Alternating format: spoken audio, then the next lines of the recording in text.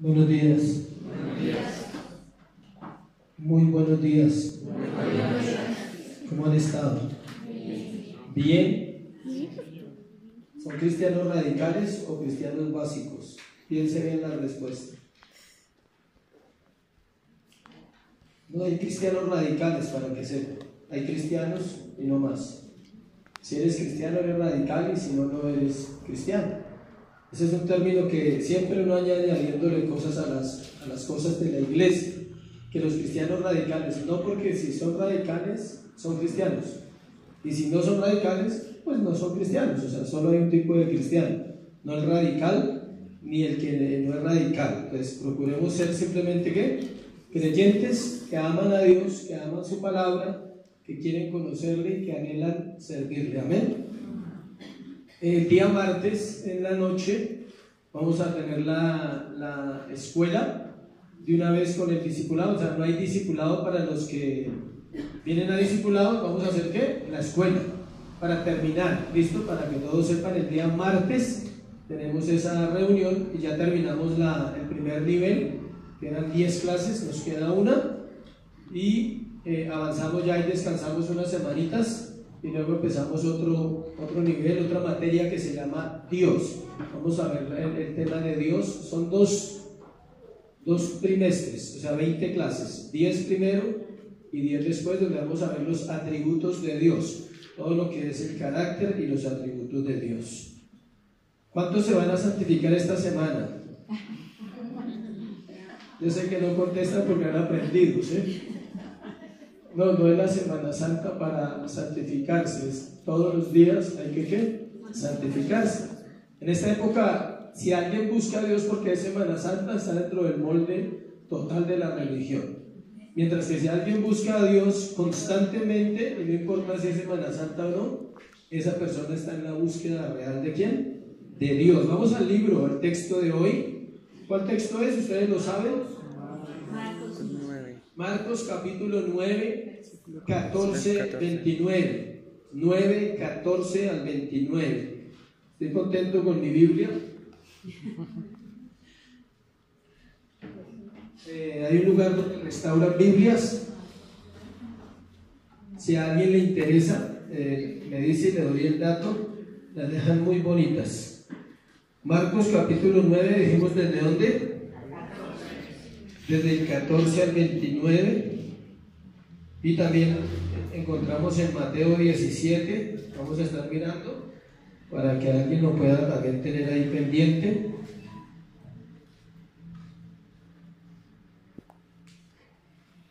Mateo 17, estoy dándole los paralelos del tema de hoy, porque sabe que estamos mirando ahí, ¿no? Y Lucas 9, porque es una historia que hay que saber explicar para que la gente realmente entienda qué fue lo que pasó ahí en esa historia. Marcos capítulo 9, versículo 14 al 29. No lo vamos a leer todo porque es largo, pero sí lo vamos a estudiar todo si Dios lo permite hoy.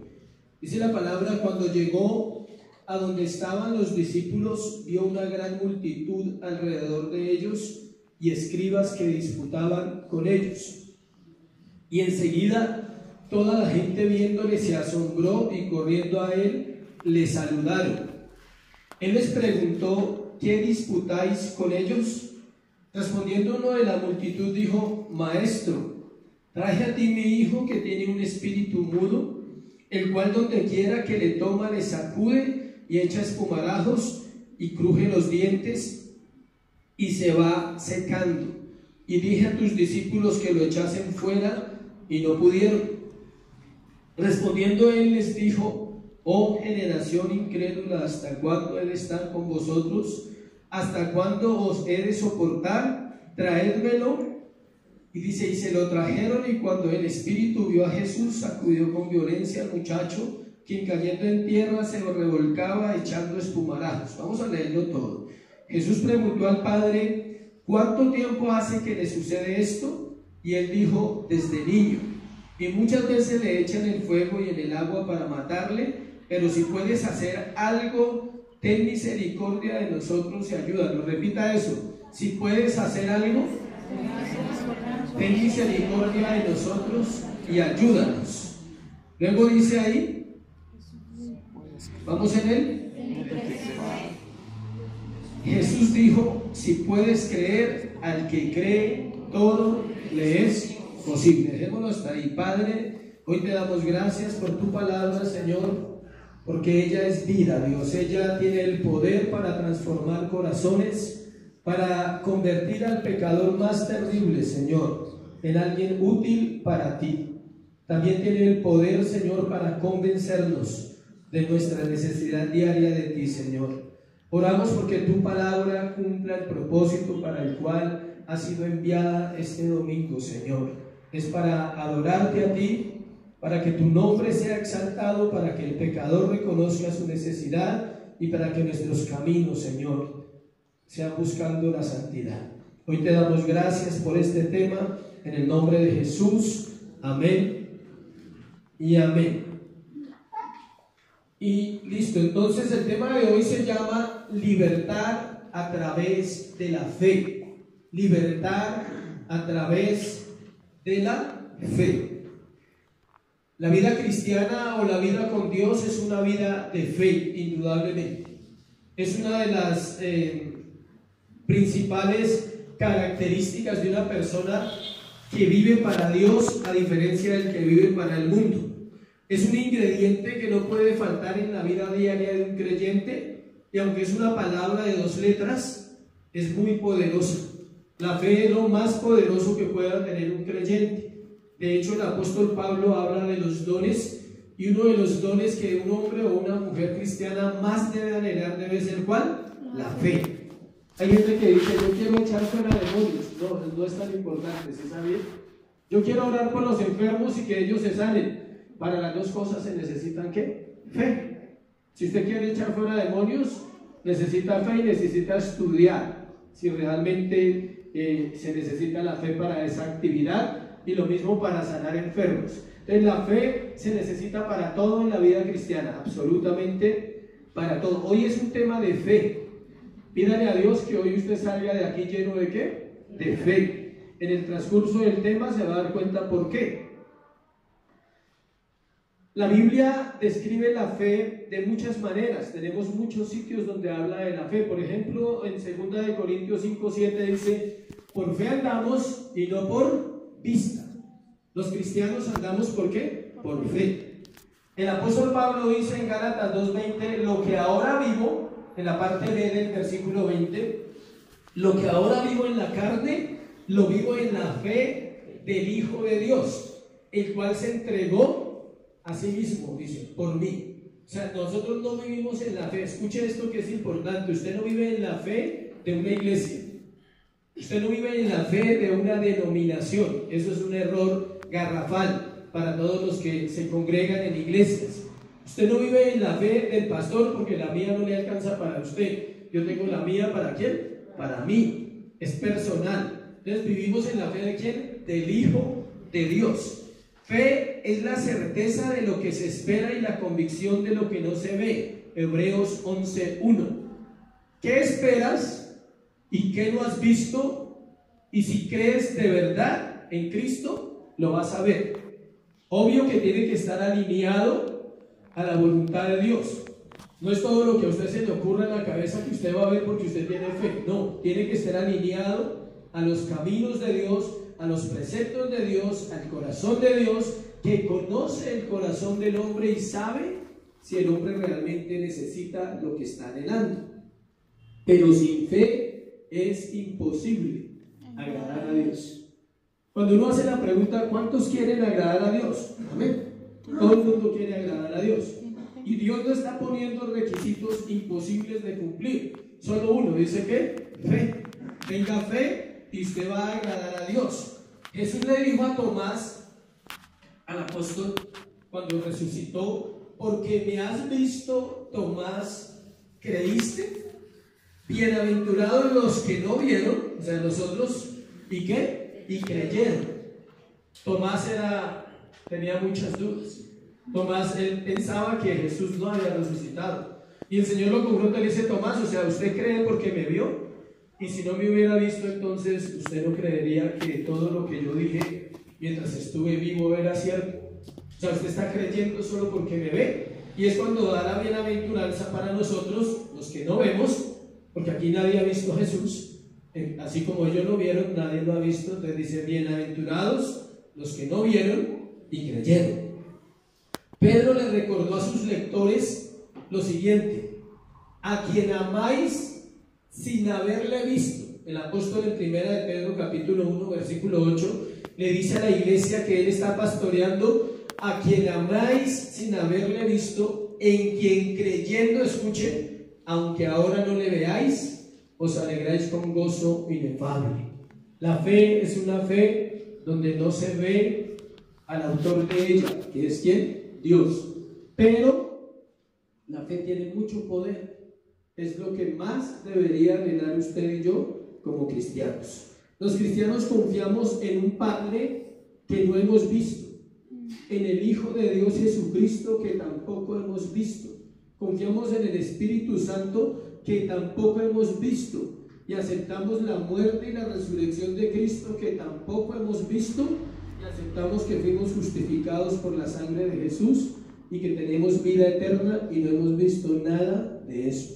Entonces la vida cristiana se resume en una sola palabra: ¿qué? Fe. Aún así, esa fe no es perfecta, ¿sí sabía? Cuando alguien dice, por ejemplo, es que yo soy muy humilde, ya no es humilde.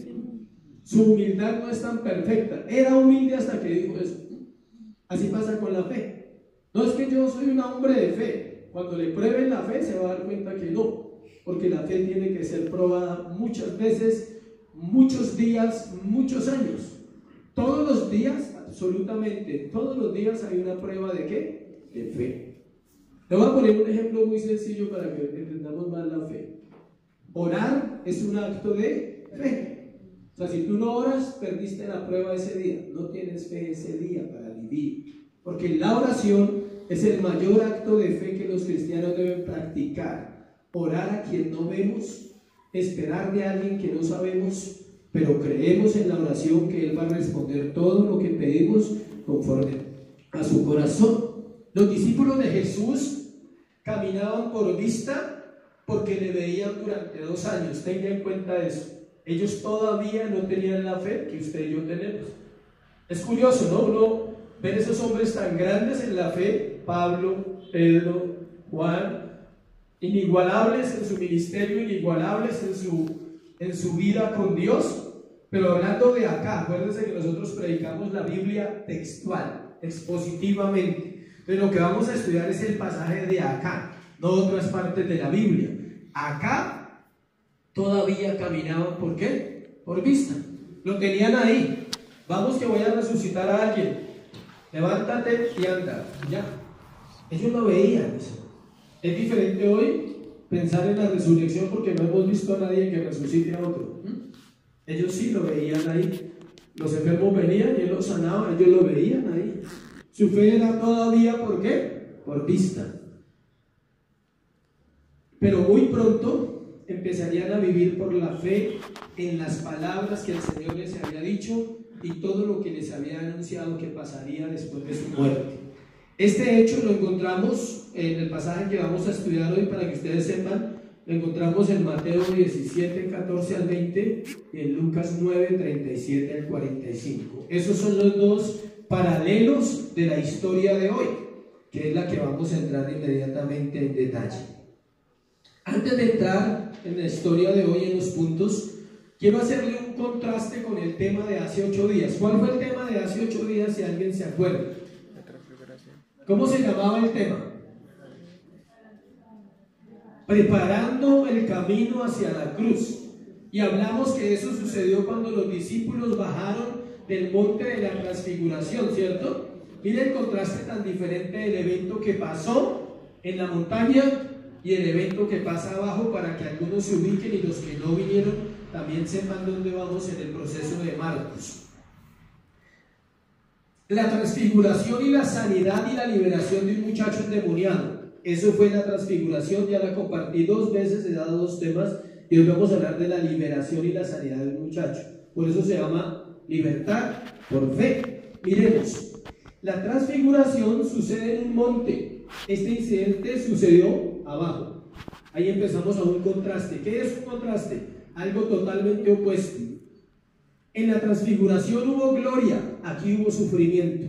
O sea, allá arriba había gloria, Elías y Moisés y Pedro embarrando la gloria, ¿sí? Y abajo hay dolor, hay sufrimiento. Hay un hijo endemoniado, hay un hijo enfermo, hay un hijo cautivo y hay un padre sin fe. Eso se aplica aquí para dos. Al final va a entender que el tema no era sobre el muchacho, aunque parece que el tema fuera sobre el muchacho. En la transfiguración, Dios dominó el escenario. Aquí Satanás tuvo el control por un momento. En la transfiguración, el Padre Celestial fue complacido. En un padre estaba atormentado. En la transfiguración había un hijo perfecto. Aquí había un hijo perverso. ¿Sí ven los contrastes del tema anterior al tema de hoy? Cuando hablo de perverso, no era por él mismo, era porque estaba ¿qué? Endemoniado. Y todo el que esté endemoniado es perverso. En la transfiguración, hombres caídos quedaron en santo asombro. ¿Cuáles eran los hombres caídos? Pedro, Jacobo y Juan, cuando vieron a Cristo, quedaron en asombro. Aquí un hijo caído quedó en un horror malvado. El muchacho, él estaba en un proceso difícil. Podemos ver esta historia en 5 pasos. Vamos a mirar 5 pasos cortos, sustanciosos. Primero, posesión demoníaca para los que toman nota. Segundo, perversidad de los discípulos. Tercero, súplica desesperada. Cuarto, poder divino. Y quinto, oración determinante. Entonces vamos a entrar a estudiar uno por uno de esos pasos. Primero, posesión demoníaca, versículo 14 al 18. Cuando llegó a donde estaban los discípulos, vio una gran multitud alrededor de ellos y escribas que disputaban con ellos. Nos dice que llegaron donde estaban los otros discípulos. ¿Quién llegó? Todos los que han ido en la línea del tema. ¿Quién llegó? Jesús, Pedro, Jacobo y Juan. ¿Y quiénes estaban allá? Los otros 9 discípulos.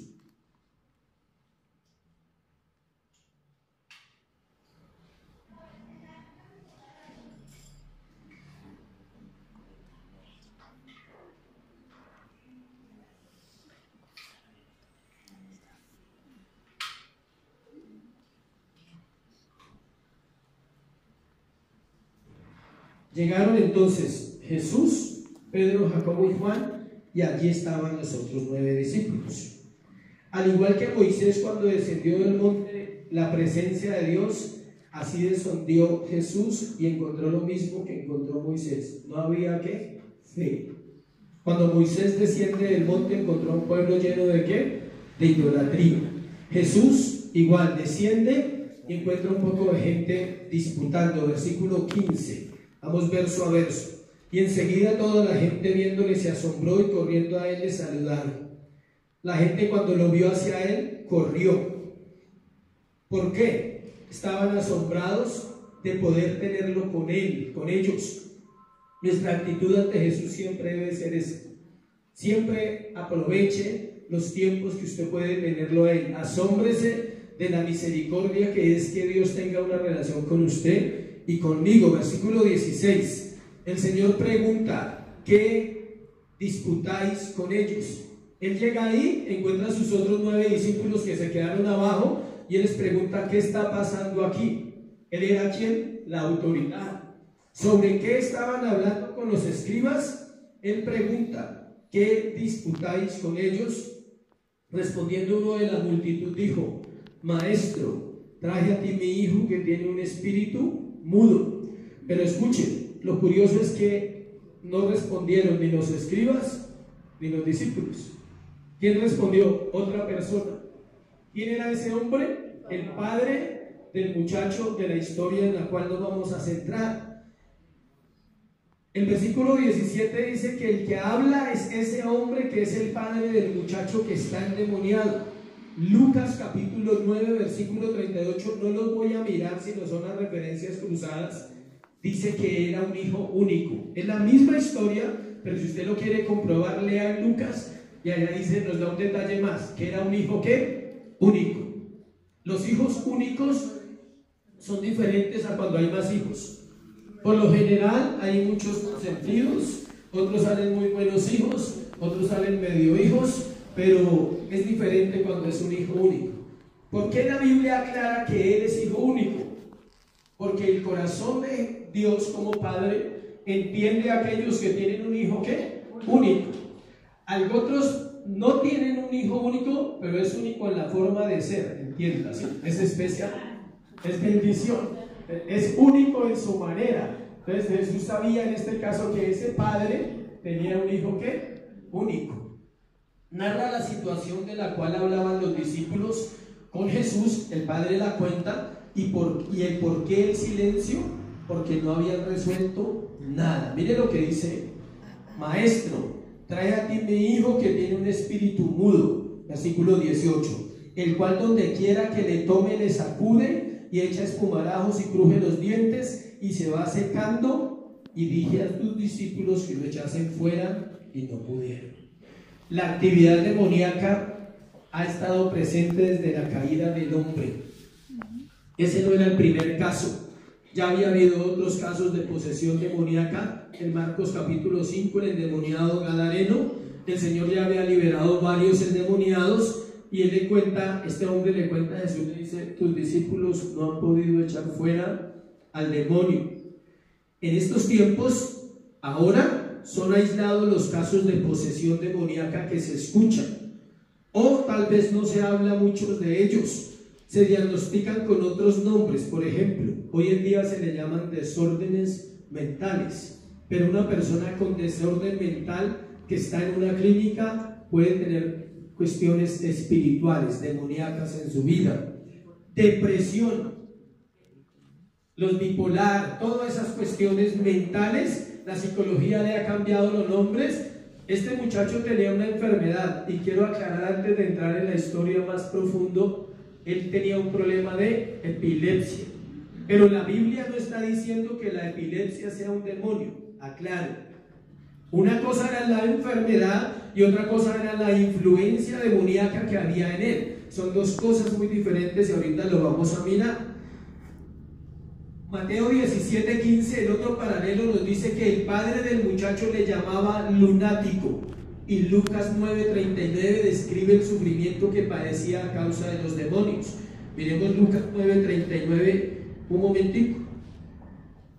Lucas 9:39 dice: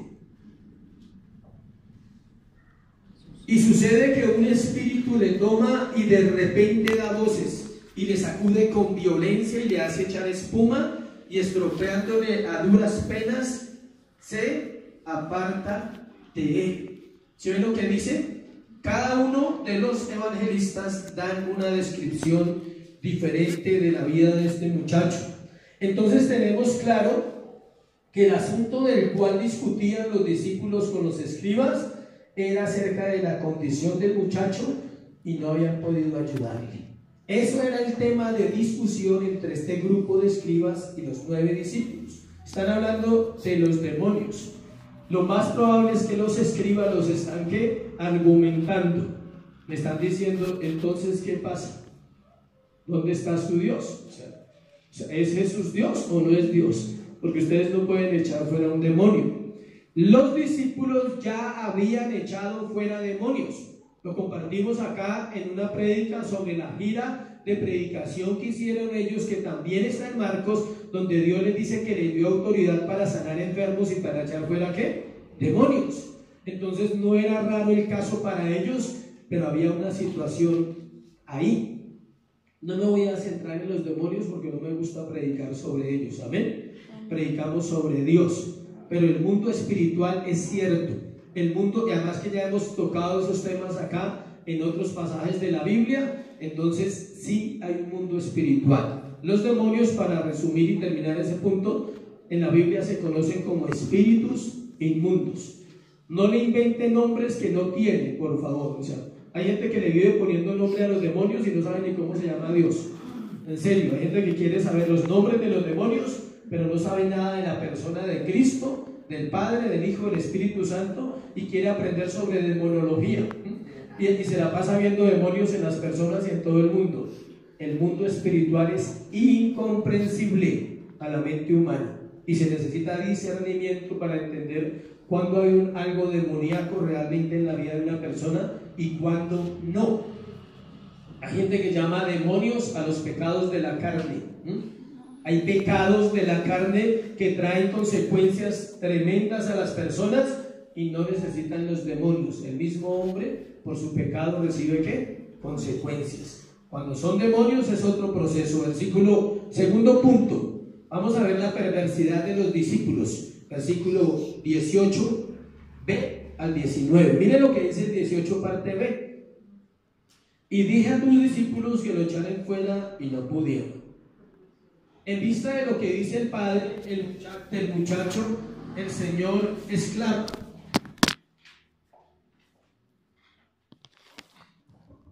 El Señor exclama lo siguiente en el versículo 19.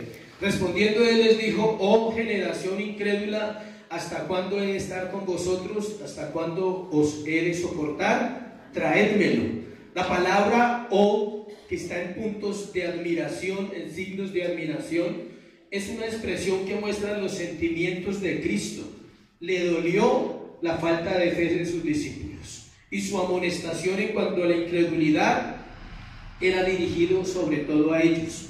A él le dolió, dice: oh, ¿qué voy a hacer con estos 9 y con estos 12? No tienen fe. Llevo 2 años enseñándoles y en este momento no tienen fe para echar fuera un demonio. ¿Hasta cuándo he de estar con vosotros? ¿Hasta cuándo os he de soportar? Las palabras del Señor fueron contundentes. Ya era tiempo de tener fe y creer. Eso es algo que debemos preguntarnos constantemente. ¿Tienes fe? Si se presentara una situación en tu vida, en tu familia, en alguien cercano, donde se necesitase que tú creyeras realmente en Dios por la libertad de esa persona, ¿la tienes? Las situaciones extremas de nuestra vida muestran nuestra verdadera fe. Hay momentos donde no queda otra cosa que clamar, llorar, suplicar, decirle: Dios, ten misericordia de la condición de mi hijo que está en pecado y no puedo hacer nada. Cuando los hijos viven en pecado y son grandes, los padres no pueden hacer absolutamente ¿qué? Nada. Ningún sermón lo va a cambiar. La iglesia no te lo va a cambiar, ¿entiende eso? Solo la fe, solo una oración determinante, que es la que vamos a ver al final, y solo un corazón rendido a Dios, entendiendo que no hay un mediador humano entre Dios y los hombres, sino solo Jesucristo puede liberar la vida de esta generación. La iglesia vive en un tiempo donde no comprende que la generación está viviendo cosas terribles. Los jóvenes se están perdiendo porque no hay dirección en los adultos. Y no, escuchen, no se le puede echar la culpa ni al gobierno, ni al sistema social, ni a la psicología, a nadie.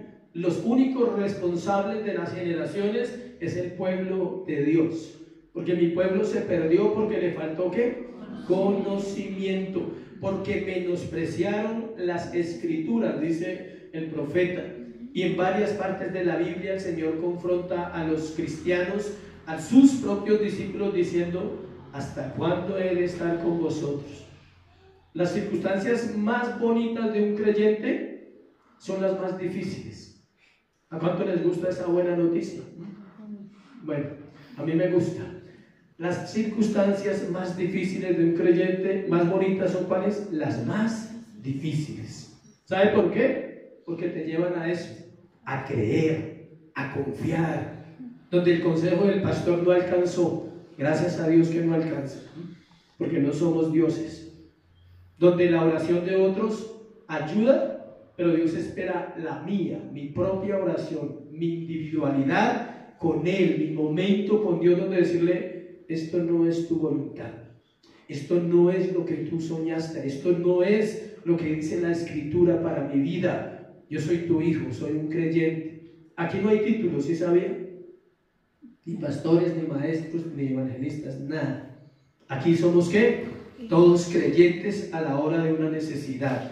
Tercero, la súplica desesperada, versículo 20 y versículo 20 hasta el 24. Se lo trajeron, ¿a quién? Pues al endemoniado. Cuando el espíritu vio a Jesús, sacudió con violencia al muchacho, quien cayendo en tierra se revolcaba echando espumarajos. Métase en la película un poquito y verá que no era un caso fácil, ¿sí? Ore por mí que tengo dolor de cabeza, o sea, no era un caso de esos. No era un caso donde ore por mí para que Dios me dé un trabajo, eso es diferente. Era un caso serio. Este muchacho estaba afectado. En el momento en que el muchacho es traído a Jesús, el demonio reconoce la presencia de Jesús y sacude al muchacho con violencia y lo tumba al suelo y bota espumarajos.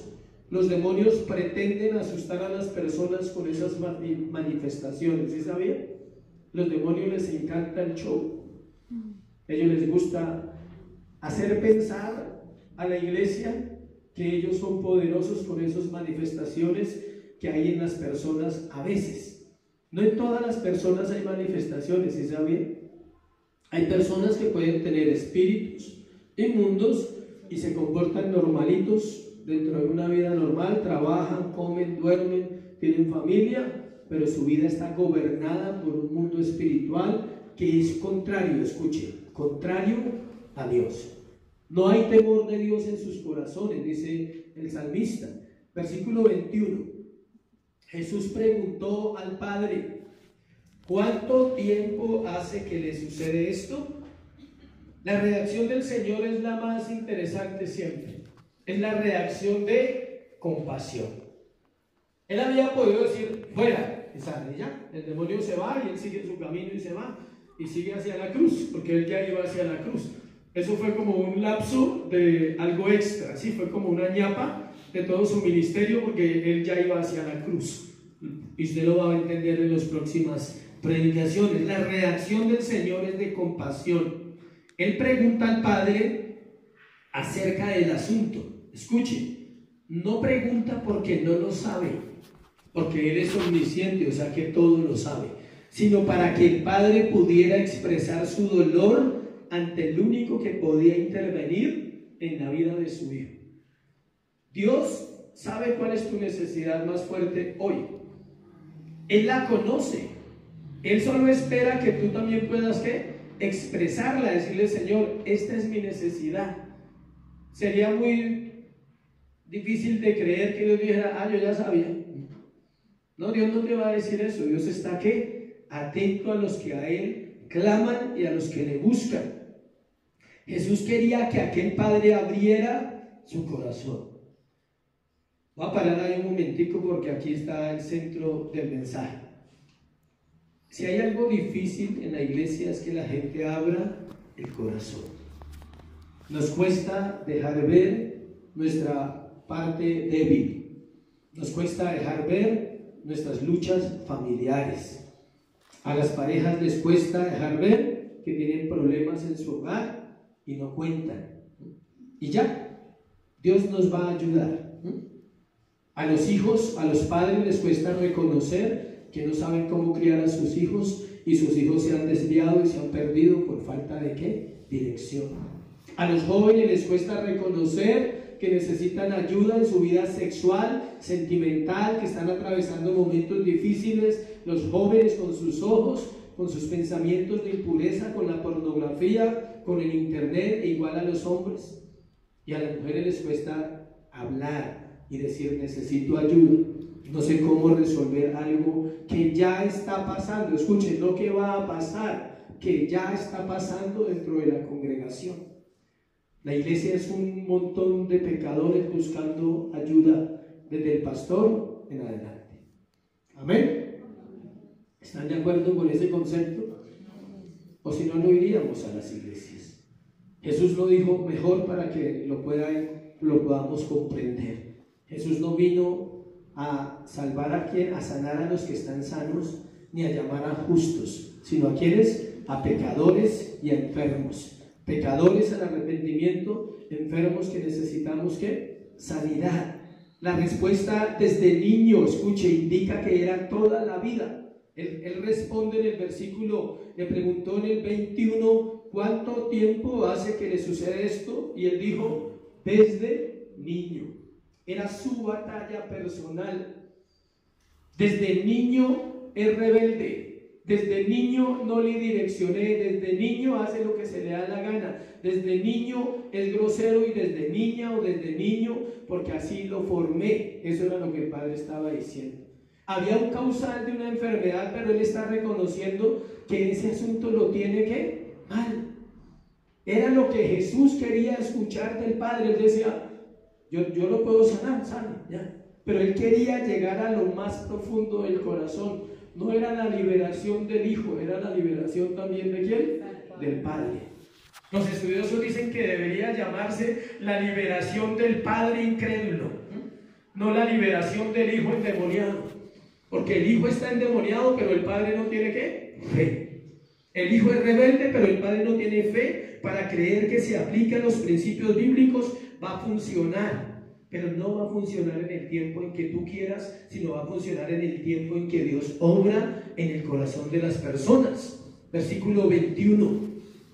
Dice, aunque el demonio había tratado de matar a este niño, versículo 22, muchas veces le echan el fuego y en el agua para matarle, pero si puedes hacer algo, ten misericordia de nosotros y ayúdanos. Aunque el demonio había tratado de matar a este niño echándolo en el fuego se usaba para cocinar. No está diciendo que era que aparecía una llama y el diablo lo tiraba allá. O sea, no, entiendan. Era un niño que vivía en una casa con un padre y quizás con una ¿qué? Madre, o quizás con una familia. Entonces en sus momentos en que el diablo lo controlaba quería quemarse, tal vez en la cocina, en la estufa, quería quemarse porque era provocado, porque el diablo lo quería matar. La Biblia es clara en eso. Y dice que metiéndolo al agua, habían pozos en Jerusalén donde sacaban agua. Quizás él se había caído varias veces allá por su posesión demoníaca y por su enfermedad. Dice, y Dios, escuche, Dios lo preservó para este momento, para que la gloria de Dios se manifestara ahí. Para eso, Dios lo preservó al muchacho en ese momento. Cuando no comprendemos las situaciones que estamos viviendo, nuestra fe se debilita, desfallecen las fuerzas, porque ignoramos cómo Dios obra por encima de nuestros sentidos. Cuando la fe se debilita, es porque dudamos que Dios puede obrar por encima de nuestro entendimiento y de nuestros sentidos, sobre todo en aquellas personas que amamos. Y viene la frase célebre, pero si puedes hacer algo, ten misericordia de nosotros y ayúdanos. Esa es la base de la oración que vamos a hacer hoy. Pero si puedes hacer algo, Señor, con la iglesia y con todos los que estamos aquí, ten misericordia y ¿qué? Ayúdanos. ¿En qué? Él sabe en qué te necesita ayudar a ti y Él sabe en qué necesita ayudarnos a nosotros. Qué súplica tan poderosa, tan necesaria en este tiempo, tan propicia para una situación difícil y tan actual en cuanto a lo que vive esta generación llamada iglesia. Ayúdanos, literalmente significa, escuchen, en el significado griego de la palabra que está ahí dice, correr a auxiliar a alguien que lo necesita. Él está diciendo, Señor, pero si tú puedes, auxíliame. No he encontrado solución. Llevo muchos años sufriendo con este proceso y no he encontrado solución.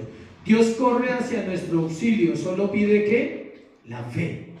La fe de este padre era débil e incompleta. Mire lo que dice el versículo 23. Jesús le dijo, si puedes creer, al que cree, todo le es posible. La respuesta del maestro, esa es la respuesta de Dios siempre para su necesidad y para mi necesidad. Cuando tengas una necesidad, ve al libro de Marcos capítulo 9, versículo 23, lee y ora. Señor, aquí dice que para el que cree, todo le es posible. Yo creo. ¿Qué crees? ¿Crees que Dios puede sanar a un enfermo? Puede hacerlo.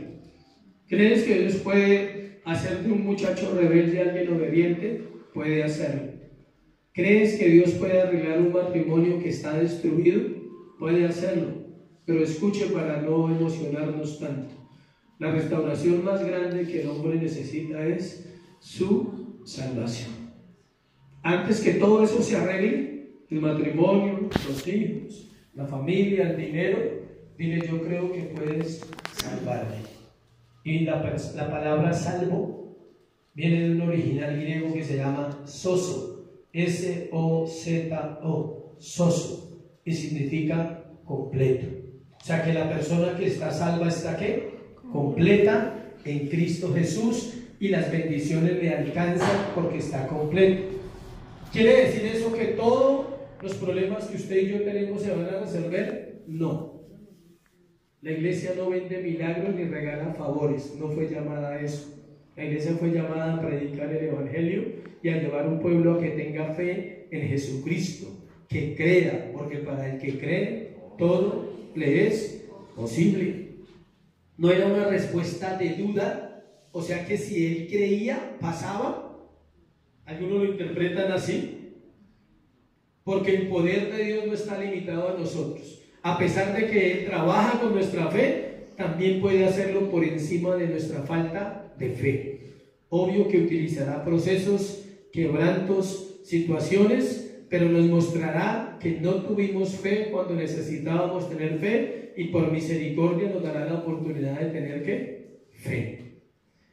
Más bien era una respuesta dándole fe. Mire lo que dice. La respuesta que Jesús le da no era para que él dudara, al contrario, estaba alimentando la fe.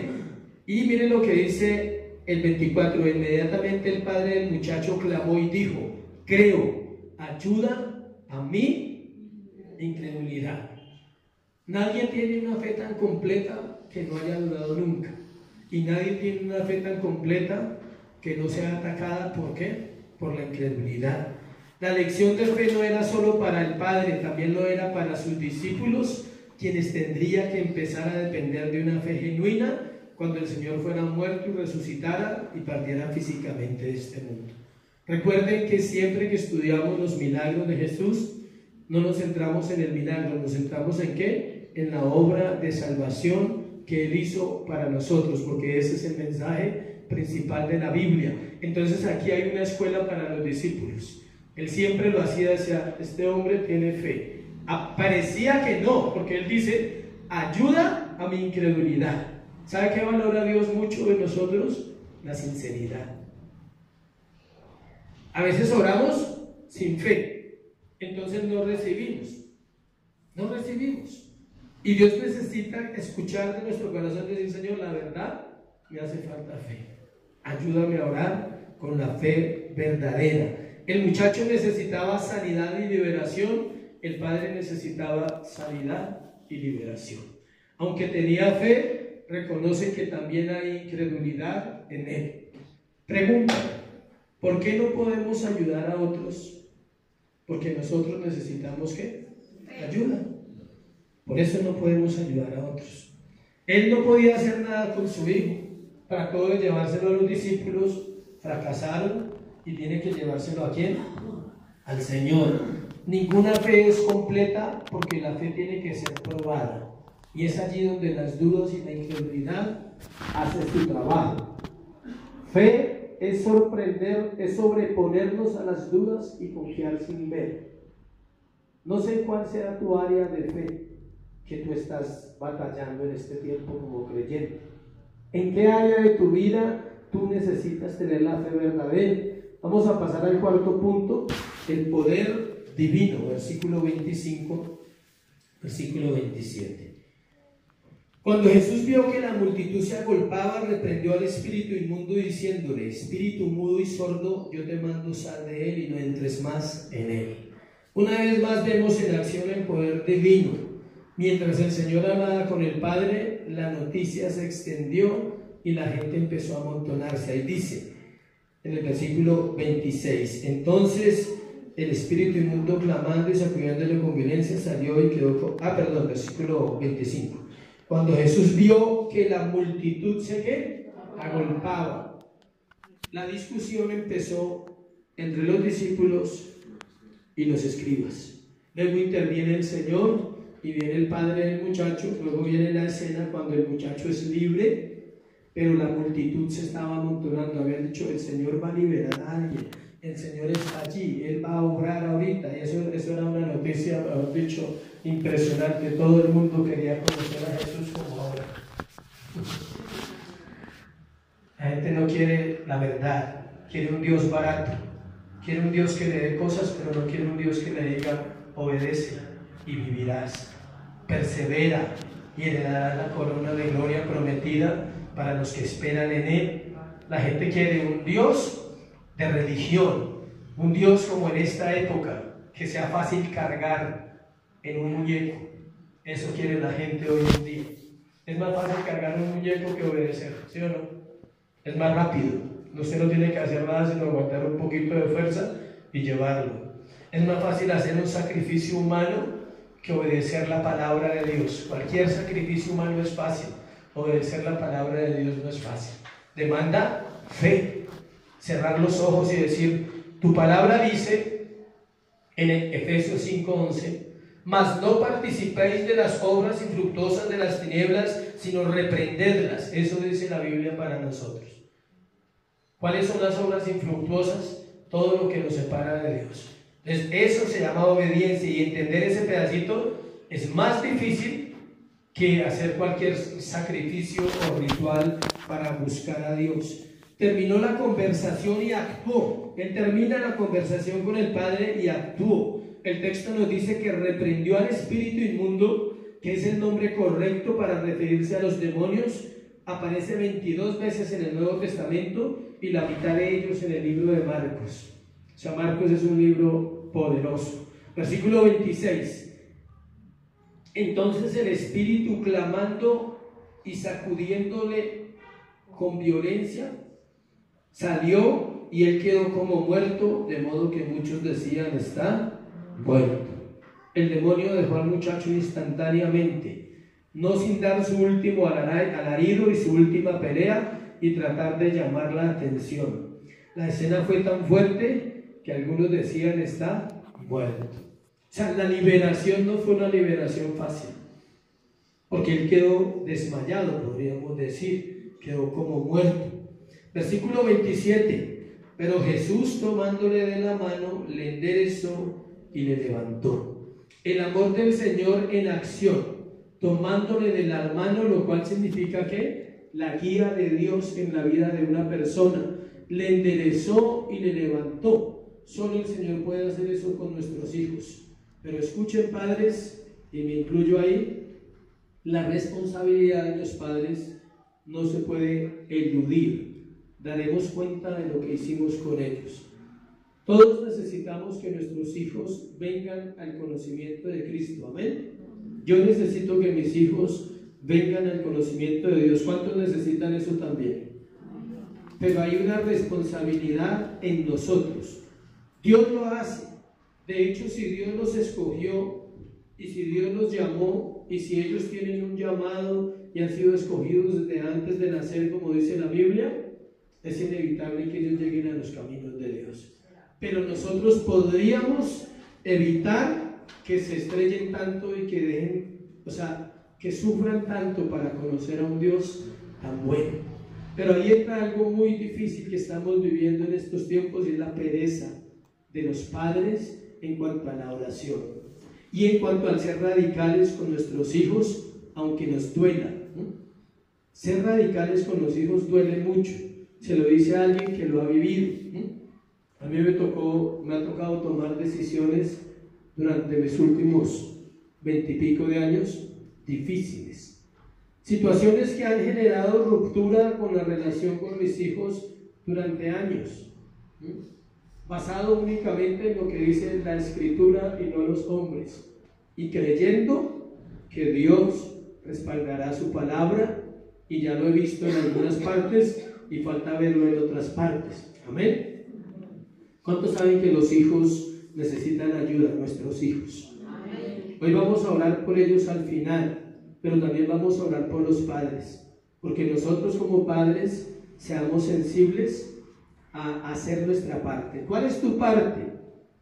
Yo te pregunto, ¿tú oras por tus hijos todos los días? Pero como debe ser. O sea, no es allá chillando, Dios, cuídalo, protégelo, por favor, ¿sí? Y el chino anda en rebeldía, anda haciendo cosas incorrectas y usted está diciendo, cuídelo para que siga haciendo lo que está haciendo, ¿sí? No funciona así. Mi oración por mis hijos, aquí está mi hija presente, durante unos años fue mal, fue incorrecta. Era una oración de víctima, de culpa, de dolor y de fracaso como padre porque fracasé. No tengo más que decir. Esa era la oración de un padre fracasado que anhela que Dios cambie sus hijos. Porque mi fe no era una fe madura, no entendía los caminos de Dios en mis primeros años y mi oración era simplemente, Señor, no permitas que les pase nada malo, por favor, ¿sí? O sea, Señor, guárdalos porque es que están jóvenes y de pronto se pierden, ¿sí? De pronto, sí, esa era mi oración. Hasta que un día entendí, porque Dios me llevó a entender que no tenía fe. Que el problema no estaba en ellos y que las circunstancias, por más difíciles que ellos las vivieran, jamás, escuche, jamás podrán determinar el propósito de Dios en una vida. Escuche bien esa frase. Las circunstancias que vivan nuestros hijos no determinan el propósito de Dios. El propósito de Dios está por encima de las circunstancias que ellos puedan vivir. Y mi oración cambió. Y mis hijos empezaron a entender y a recibir esa oración y Dios empezó a quebrantar, porque mi oración empezó a hacer es a Dios, quebranta sus vidas. Espíritu Santo, revélate a sus corazones en las condiciones donde estén y como estén. Llévalos al límite a donde ellos tengan que llegar para que ellos puedan conocerte. Empezó con mi hija, luego llevó al otro, está en la cárcel, está en el plan, está en el horno de aflicción y está en la batalla más grande que pueda tener un muchacho: entregar su corazón a Dios o seguir siendo un hombre del mundo.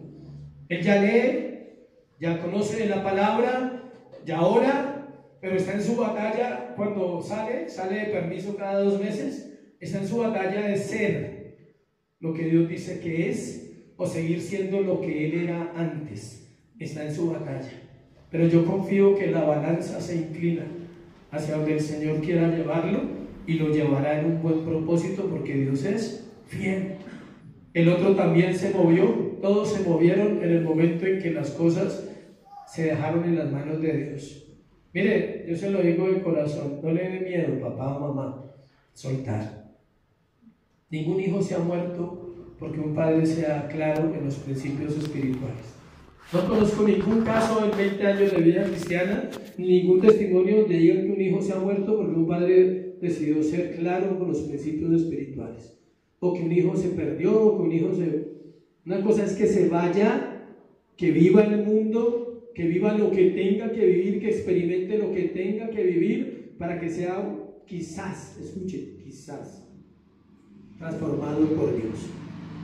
El libro de Job dice que Job ofrecía sacrificios todos los días por sus hijos. Dice, por si han pecado, Señor. Él tenía 10 hijos. ¿Sí sabía que la Biblia dice que él tenía 10 hijos? Y él no dice que los 10 hijos estaban con él, nunca. Él tenía 10 hijos, no sabemos de qué edades, grandes, viejos, mañosos, hombres, mujeres, no sabemos. Pero él oraba y decía que ofrecía sacrificio por todos sus hijos. Decía, porque quizás hayan pecado. Si tus hijos no oran, ora. No es usted orar y que su oración reemplaza a la de ellos, no. Por lo menos téngalos ahí.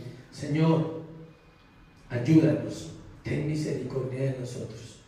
Que sus hijos el día de mañana encuentren un refugio, un padre con carácter, una mamá con carácter, un papá que pueda decirle, mire, usted se metió en esto, por esto, y a usted se le dijo, ¿sí? Pero igual se le puede ayudar. Yo no estoy diciendo que no ayudemos a nuestros hijos. Estoy diciendo que les ayudemos ¿cómo? Correctamente. Hay que sembrar los principios de la palabra en ellos y esos principios en el momento de la prueba, en el momento de la dificultad, los llevarán a tomar una decisión. Voy a pecar y me voy a separar de Dios o hay un poco de temor en sus corazones porque vieron a alguien hacer vallado, hacer brecha. Lucas 9:42 dice que el Señor le devolvió a su padre. O sea, el Señor toma a su hijo, acá dice que lo tomó de la mano y lo levantó, pero Lucas 9:42 nos regala un detallito donde dice, miremoslo ahí Lucas, para ver solo la frase, Lucas 9:42. Dice, mientras se acercaba el muchacho, el demonio le derribó y le sacudió con violencia, pero Jesús reprendió el espíritu inmundo y sanó al muchacho y se lo devolvió a su padre. Ese es el anhelo de Dios, devolverle a un padre un hijo salvo. A veces no entendemos, y yo sé que eso cuesta porque a mí me ha costado, pero a veces tenemos los hijos que no deseamos, aunque aparentemos que tenemos los que deseamos. Somos falsos en eso como padres. No tenemos los hijos que deseamos. De hecho, ellos no deben ser lo que yo deseo solamente. Ellos deben ser lo que Dios desea que sea. Y el anhelo de todo padre, escuchen, creyente, es que Dios le devuelva a su hijo, al hijo original, al hijo que Dios creó, al hijo que es adoptado por Dios y es salvo por la gracia y por la fe. Ese hijo es el hijo que todo padre anhela, o por lo menos yo anhelo mis hijos así. Oraciones donde uno tiene que decirle, Señor, ese no es el hijo que tú me diste, le desconozco. No es lo que yo sembré en él, no es lo que yo le enseñé, no es lo que él vio. Y uno se pregunta entonces, ¿por qué? Y Dios dice, para que la gloria mía se vea. ¿Dónde se ve la luz? En la oscuridad, en las tinieblas. Dios dice, yo vendré y haré morada en un corazón. Pero vuelvo e insisto, iglesia, es tiempo de orar por nuestros hijos y por nuestra juventud. Cuando pienses en tus hijos, piensa en la juventud, cómo está, cómo los jóvenes están destruidos totalmente y cómo la anarquía está llevando a una nación y a las naciones a leyes totalmente contra Dios. Todas las leyes que se están levantando en los senados de la República, en los congresos, en las cámaras de representantes de todas las naciones, van en contra del cristianismo. El aborto, el apoyo al homosexualismo y las drogas son los tres más fuertes. Esas tres cosas destruirán la sociedad más de lo que está, pero es necesario que así acontezca.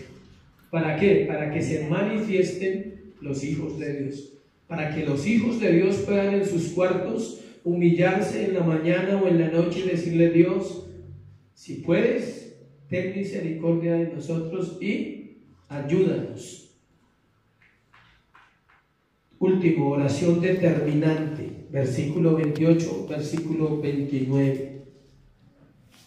Cuando él entró en casa, sus discípulos le preguntaron aparte, ¿por qué nosotros no pudimos echarle fuera? Y él les dijo, este género con nada puede salir sino con oración y ayuno. No podemos dejar por fuera lo que tenemos que hacer. Ya está todo expuesto, el asunto del endemoniado, el poder de Dios, los discípulos sin fe, aprendiendo, un padre lleno de incredulidad, pero ahora Dios nos dice lo que tenemos que hacer para poder enfrentar las situaciones que nuestros hijos viven con una autoridad correcta. Pero no es solo orar, escuche, es necesario aplicar lo que escuchamos, obedecer lo que la palabra dice, revisar nuestro corazón como padres. Recordemos que en este caso el Señor también ayudó a la incredulidad del padre. Él lo deja claro, el padre le dice, ayuda a mi incredulidad. ¿No tienes fe, papá? Reconoce. Humíllate, póstrate delante de Dios una mañana y dile, Señor, yo no tengo fe para creer que mi hijo pueda cambiar. O no tengo fe para creer que este matrimonio tenga una solución.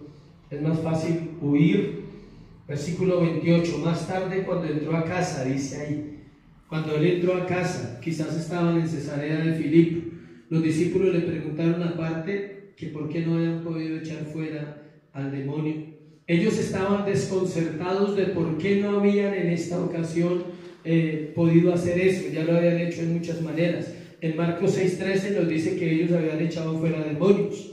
El asunto que el Señor les decía es que la oración no puede ser descuidada, que no importa cuánto hayamos conquistado en oración, necesitamos volver a orar siempre. Este es el área vital. ¿Se conoce el área qué? Vital de un cristiano. ¿Cuál? La oración. La oración es lo que hace que el poder de Dios se manifieste y Él respalde su palabra en sus hijos. Nosotros somos, antes de ser creyentes, somos ¿qué? Hijos, ¿sí sabía? Nosotros fuimos elegidos para ser hijos cuando no éramos cristianos. Él nos eligió desde antes de la fundación del mundo. O sea, una persona es primero hijo y luego Dios lo ubica en una iglesia para que se prepare. La oración debe ser persistente y con fe. El solo hecho que una persona ore todos los días está diciendo que cree en la oración y cree en la persona a quien ora, y quiere decir que es una persona que tiene la fe que Dios necesita para orar. Los estudiosos en la teología dicen que no hay un mayor acto de fe que la oración. Ese es el mayor acto de fe de un hombre o de una mujer como usted y como yo. Cerrar la puerta y postrarme ante el invisible, dice. ¿Tú lo ves ahí en el cuarto?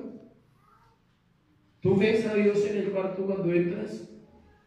No, no lo vemos, eso es fe. Tú oras con fe. ¿Qué es orar con fe? Con este libro, conforme a las Escrituras. No es con el pesar del corazón solamente, no es con el pesar de la circunstancia que estoy viviendo, es creyendo a pesar de la circunstancia que estoy viviendo, es clamando, es desgarrando el corazón, diciéndole: Señor, si tú no le salvas, nadie le puede salvar a mis hijos. Si tú no intervienes, Dios, nadie puede intervenir en la vida de esos muchachos. Ni el ejemplo alcanza. Muchos hijos tienen buenos padres y toman malos caminos. Queda demostrado que los hijos no alcanzan. Queda demostrado que el hecho de nacer en una familia cristiana tampoco es suficiente. Pero sí está demostrado que la oración perseverante conmueve el corazón de aquel que nos ama. No sabemos en qué momento necesitaremos de la intervención divina. Escuche, una persona que ora todos los días ni siquiera alcanza a entender eso. No sabe en qué momento va a necesitar un cartucho extra, una exposición diferente ante Dios. Él no lo sabe. Dice, para nosotros es imposible saberlo, pero ahí es donde las oraciones que hemos hecho nos siguen sosteniendo. Llega un momento en que la oración debe ser intensificada. Versículo 29 les dijo: este género con nada puede salir sino con oración y ayuno.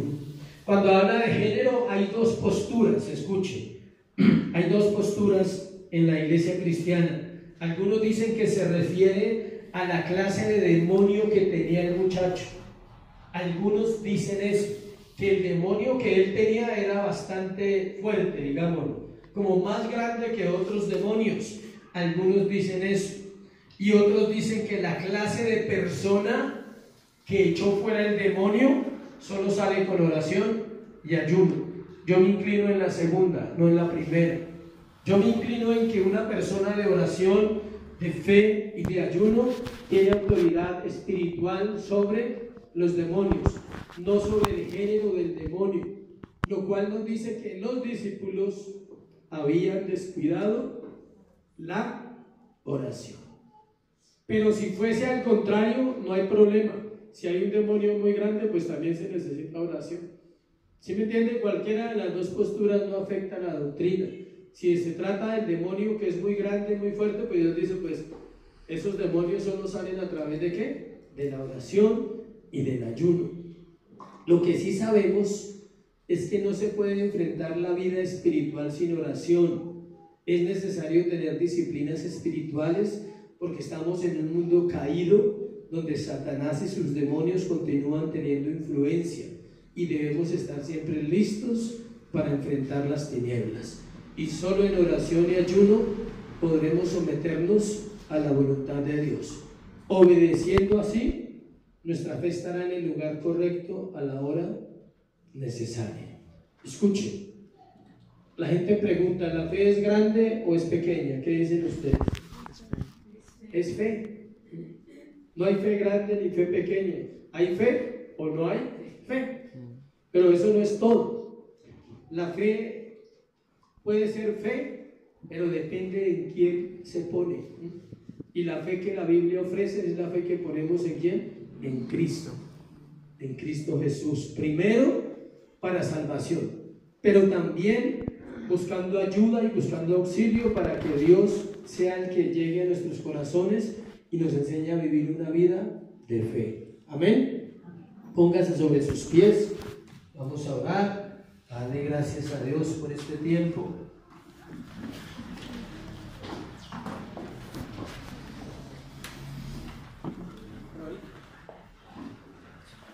Póngase sobre sus pies, vamos a orar.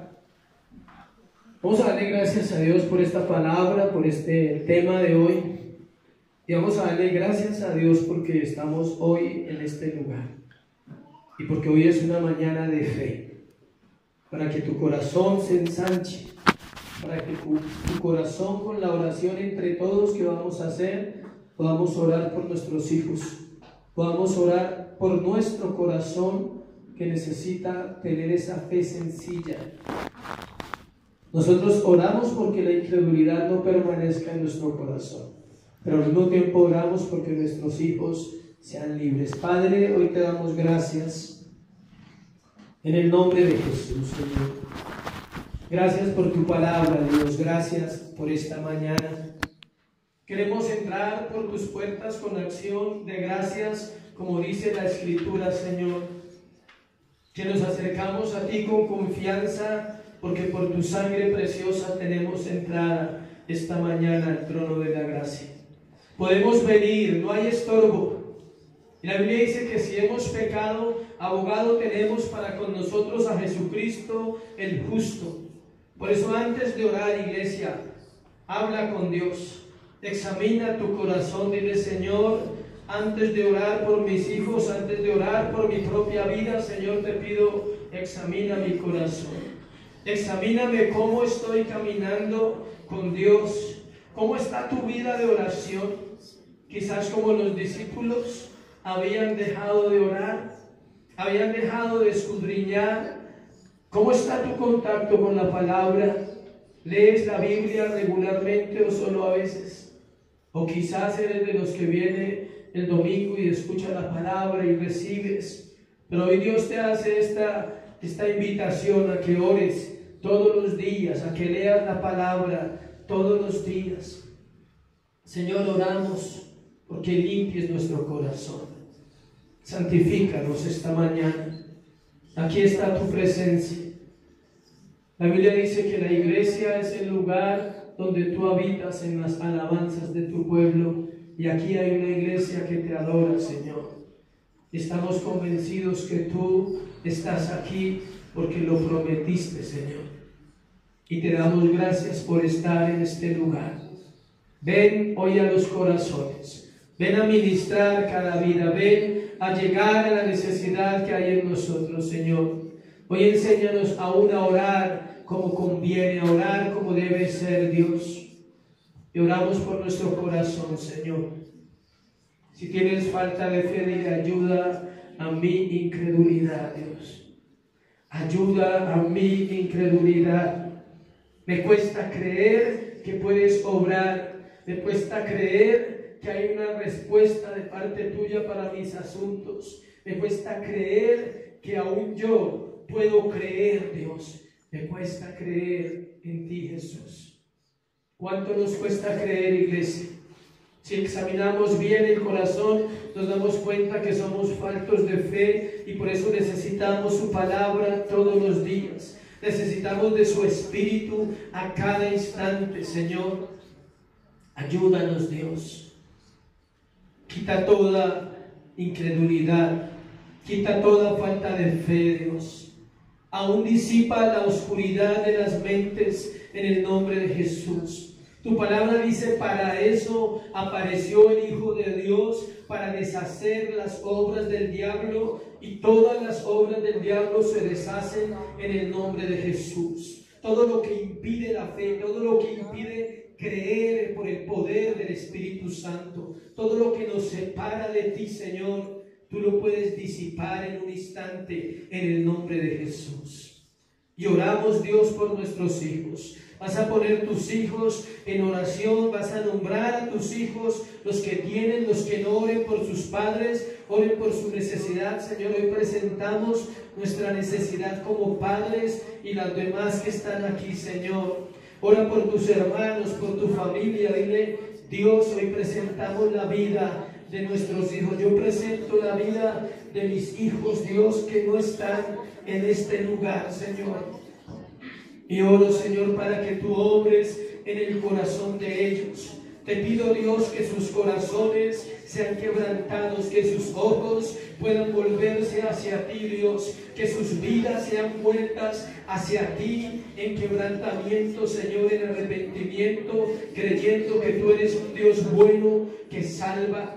Tú eres el Dios que salva, Señor. Creemos en ti como Padre, creemos que eres el Hijo de Dios. Creemos en el poder del Espíritu Santo. Creemos que puedes obrar en lo imposible, en la rebelión de nuestros hijos, en la oscuridad que ellos viven, Señor. Trae luz en el nombre de Jesús. Trae luz sobre sus corazones, trae luz sobre sus vidas, Dios. Que seas tú llevándolos a conocerte.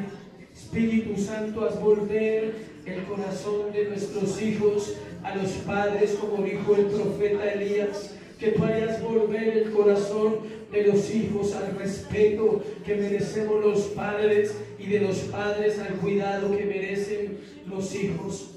Hoy santifica la iglesia, Señor.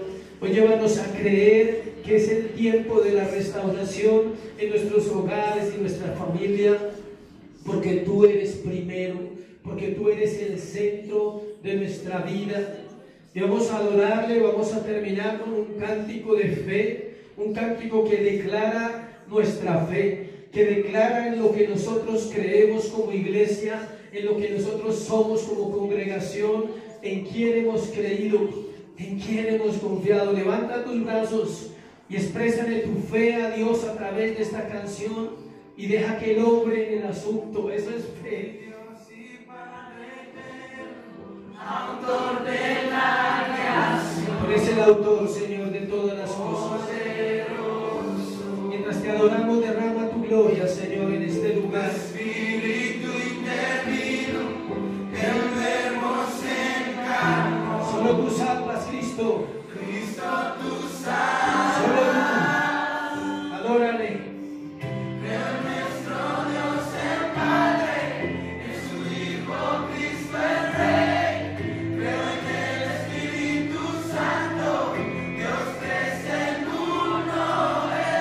Creo que resucitaste.